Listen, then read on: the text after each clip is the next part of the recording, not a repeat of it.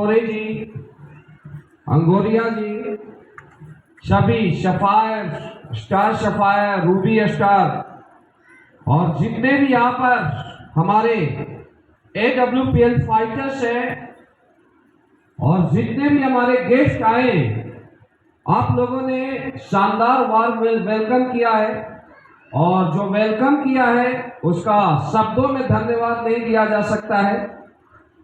मैं अगेन आप सभी फाइटर्स और सभी गेस्ट को तहे दिल से इस वार्म वेलकम के लिए बहुत बहुत धन्यवाद, बहुत बहुत शुक्रिया करता हूँ। Thank you.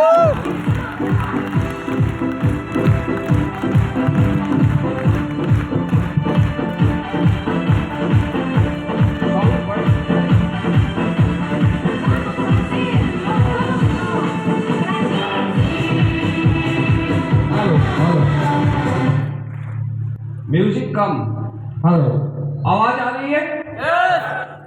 थैंक यू दोस्तों, आज आपसे मिलके बहुत अच्छा लगा और आपके एक्साइटमेंट को देखा, आपके जोश को देखा, तो अभी मैं बोल सकता हूँ यहाँ पर सिस्टम का शुरुआत हुआ है।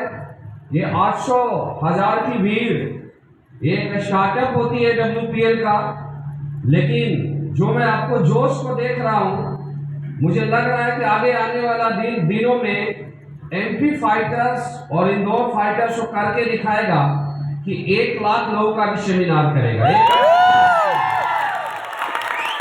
कैसे आप लोग? सारे लोग अच्छे हैं? यहाँ पर ऐसे कितने गेस्ट हैं जो पहली बार आए हैं, अभी तक बिजनेस को ज्वाइन नहीं किए? हाथ खड़े कीजिए। ओके, इनके लिए जोरदार तालियां बनता है। दोस्तों, अभी तक आप लोग बैठे होंगे लगातार 3 घंटे से और आपको पता नहीं चल रहा होगा कि क्या कुछ यहाँ पर माजरा चल रहा है, राइट? लेकिन मैं आपको अगले कुछ मिनट के अंदर ये बताऊंगा कि AWPL क्या है, AWPL में हम लोग क्या काम करते हैं और AWPL समाज के लिए, लोगों के लिए क्या कर रही है, और AWPL में आप आएंगे तो आपका यहां से फ्यूचर क्या बनेगा। अभी तक आप लोगों ने प्लान को सुना, लेकिन अगले कुछ मिनट तक मैं सभी गेस्ट और सभी एसोसिएट से गुजारिश करूंगा कि आप लोग कॉन्सेंट्रेट रहना। कोई ऐसी बात नहीं है, जो भी बातें करूंगा वो मोटिवेशन की बातें नहीं करूंगा, जमीनी हकीकत की बातें करूंगा, आपके आगे आने वाले फ्यूचर की बातें करूंगा। और आपके समझ में आ गया दोस्त, तो मैं दावे के साथ बोल सकता हूं कि वो प्लेटफॉर्म है जहां से आपकी नहीं, आपके आगे आने वाली पीढ़ियों की भी जिंदगी बदलेगी। एक कंफर्म गारंटी है फाइटर। नाम शिव कुमार। और दोस्तों, मेरा बचपन से ही एक सपना था। जब मेरा जन्म हुआ तो मेरा सपना था कि मैं देश के लिए कुछ करूं, समाज के लिए कुछ करूं, लोगों के लिए कुछ करूं। और जब मेरी एज 16 साल की हुई तो हमने इंडियन आर्मी को ज्वाइन कर लिया 30 सितंबर 2003 को। और दोस्तों, हमने 10 साल तक देश सेवा किया है, समाज सेवा किया है। हमने वो भी दिन देखे कि जब ग्लेशियर के अंदर -40 डिग्री टेम्परेचर होती थी और अंडे को हम लोग उठा के किसी के सर पर मार देते थे तो सर फट जाता था, लेकिन अंडा नहीं फटता था। हमने वहां पर भी जॉब की है। सामने दुश्मन होते थे और दोनों तरफ से फायरिंग होती थी। ऐसे भी स्थितियों को हमने देखा है। और दोस्तों, 10 साल तक हमने देश सेवा किया, समाज सेवा किया और 10 साल लगातार लोगों के लिए करने के बावजूद एक कसक रह गई थी दिल में कि यार, हम अपने लिए तो कर रहे हैं, लेकिन जो चीजें हम लोगों को देना चाहते हैं, जो हम समाज को देना चाहते हैं, वो चीजें कहीं ना कहीं हमें नहीं मिल पा रही थी। और हमने जब सर्च किया तो मुझे पता चला कि समाज को जो सबसे आज के डेट में हमारे देश में जो सबसे बड़ा चैलेंज है वो दो चैलेंज है। पहला बीमारी और दूसरा बेरोजगारी। मुझे ऐसा लगा कि अगर इसके ऊपर काम किया जाए, ये दोनों के ऊपर अगर हम मेहनत करते हैं और इस देश से बीमारी को दूर करने में हम सहायता करते हैं, बेरोजगारी को दूर करने में सहायता करते हैं, तो इससे बड़ा समाज का काम, समाज के भले का काम और कुछ नहीं हो सकता। और दोस्तों, आप देख सकते हो कि आज हम बोल सकते हैं कि हमारे देश की जो स्थिति है, हमारे देश में मोदी जी ऐसा बोला करते हैं कि दुनिया में सबसे ज्यादा यंगस्टर लोग कहीं पर पाए जाते हैं, तो कहां पाए जाते हैं? इंडिया। हमारे देश इंडिया में पाए जाते हैं।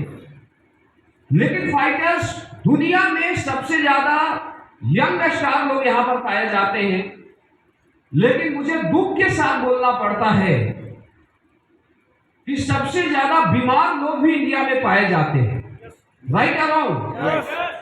आज आपने सुना होगा, प्लान में देखा होगा कि हमारे प्लानर बोल रहे थे कि India is the diabetes capital of the world, India is the cancer capital of the world. यानी इंडिया डायबिटीज की राजधानी बन चुकी है, इंडिया कैंसर की राजधानी बन चुकी है। सबसे ज्यादा कहीं पर बीमार लोग पाए जाते हैं, तो दोस्तों कहां पाए जाते हैं? इंडिया में। हमारे देश इंडिया में पाए जाते हैं। आज का हमारा फिजिकल स्टैंडर्ड इतना कमजोर हो गया है कि हम उसका शब्दों में बयान नहीं कर सकते फाइटर्स। लेकिन एक सोचने वाली बात है कि क्या